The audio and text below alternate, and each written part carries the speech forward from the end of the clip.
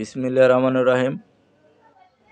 বাংলাদেশে আইন এখন উল্টা পথে হাঁটছে। বাংলাদেশের আইন এখন থেকে না, অনেক আগ থেকে উল্টার দিকেই পরিচালনা হচ্ছে।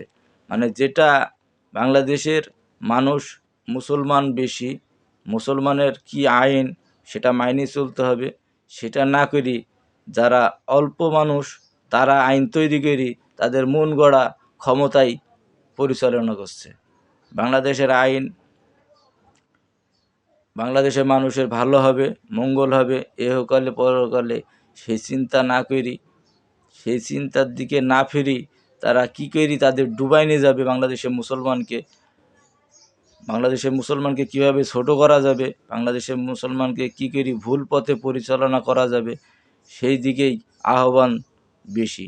সেই জন্যে বাংলাদেশের মানুষ এখন মহিলারা টাকনুর উপরে কাপড় পরে, মহিলারা টাকনুর উপরে কাপড় পরে আর পুরুষ টাকনুর নিচে কাপড় পরে। এই অবস্থা হলো বাংলাদেশের এখন। বাংলাদেশের মুসলমান যারা আছে তাদের তো নিয়ম যে টাকনুর উপরেই কাপড় পরা, যে টাকনুর উপরে কাপড় পরবে সব সময়ের জন্যে। অথচ দেখেন বাংলাদেশের মানুষরা যারা আছে প্রায় মানুষই টাকনুর নিচে কাপড় পরে, উপরে তো পরেই না। আবার মহিলারা উল্টাটা করছে, মহিলারা টাকনুর উপরে কাপড় পরছে।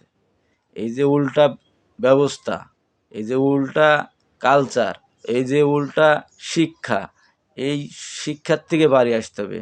বাংলাদেশের প্রথম সমস্যা হলো শিক্ষার, যে শিক্ষাটা সেকুলার পদ্ধতিতে মানুষের জীবন থেকে ভালো দিনগুলা কাড়ি নিছে, যে শিক্ষায় মানুষকে, যে বলে না শিক্ষা জাতির মেরুদণ্ড, সেই শিক্ষাটা কাড়ি নেওয়া হয়েছে যে এটা আসলেই তার মেরুদণ্ড হয়ে থাকবে। সেই শিক্ষাটা তাকে সেই শিক্ষাটা পাইতে দেওয়া হয়নি, তাকে ভুল পথে পরিচালনা করা হয়েছে। সেই জন্যে বাংলাদেশের শিক্ষা ব্যবস্থাটা আগে হ্যাস্ত করতে হবে, আগেই এটাকে ঠিক করতে হবে। সঠিক শিক্ষায় মানুষকে শিক্ষিত করতে হবে।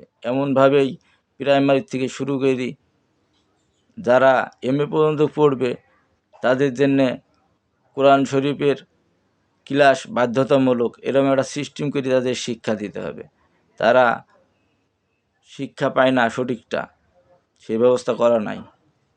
আল্লাহ তাআলা যারা দেশ চালাচ্ছে তাদের হেদায়েত দান করুক, তারা যেন এই ব্যবস্থাটা নেয়।